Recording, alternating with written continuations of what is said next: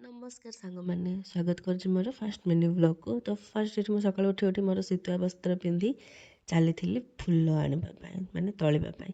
ଯେହେତୁ ଶୀତ ଦିନ ବହୁତ କମ୍ ଫୁଲ ଫୁଟେ, କିନ୍ତୁ ଯାହାହେଲେ ବି ଦେଖନ୍ତୁ ମୁଁ କେତେ ସାରା ଫୁଲ ତୋଳି ଦେଇଥିଲି, କାହିଁକିନା ଆମର ବାଡ଼ି ପଟେ ବହୁତ ସାରା ଗଛ ଅଛି ଫୁଲର।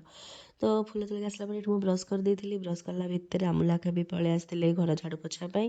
ତ ତାଙ୍କେ ଝାଡ଼ୁ ପୋଛା କରି ଗଲା ପରେ ମୁଁ ଯାଇକି ଗାଧେଇକି ଆସିକି ପୂଜା କରିବି ଯେହେତୁ ରେଡ଼ି ହେଇଯାଇଥିଲି। ପୂଜା ମୁଁ ଏଠି ସାରିକି ଯାଇଥିଲି କିଚେନ୍କୁ। କିଚେନ୍ରେ ଯେହେତୁ ବାବା ଆଉ ପୁଅ ସବୁବେଳେ ସକାଳେ ଯାଉ ଖାଆନ୍ତି, ଯାଉ ଆଉ ଗରମ ପାଣି ବସେଇ ଦେଇଥିଲି। ତ ତାପରେ ସେଥି ଭିତରେ ମୋ ପୁଅ ବି ଉଠି ପକେଇଥିଲା। ଦେଖନ୍ତୁ ତାର ଉଠୁ ଉଠୁ ମାନେ ତାର ପାଟି ଆଉ ବନ୍ଦ ନାହିଁ, ବଜର ବଜର ବଜର ବଜର ସେ ତାର ଷ୍ଟାର୍ଟ ହେଇଗଲାଣି। ତା ମା ପୁଅ ଟିକେ ସକାଳୁ ସକାଳୁ ଏମିତି କଥାବାର୍ତ୍ତା ହେଇସାରିଲା ପରେ ମୁଁ ରୋଷେଇ ସାରିକି ଯାଇଥିଲି। ତାକୁ ଖରାରେ ଟିକେ ବାଡ଼ି ପଟେ ଖରା ହେଉଥିଲା ଯେହେତୁ ତାକୁ ଗାଧେଇ ଦେଇଥିଲି। ଗାଧେଇକି ଆମ ମା ପୁଅ ଖାଇକି ଟିକେ ଶୋଇ ପଡ଼ିଥିଲୁ। ଶୋଇକି ଉଠିଲା ପରେ ଦେଖନ୍ତୁ ତାର ଗାଡ଼ି ଖେଳ, ଉଠୁ ଉଠୁ ଖେଳ।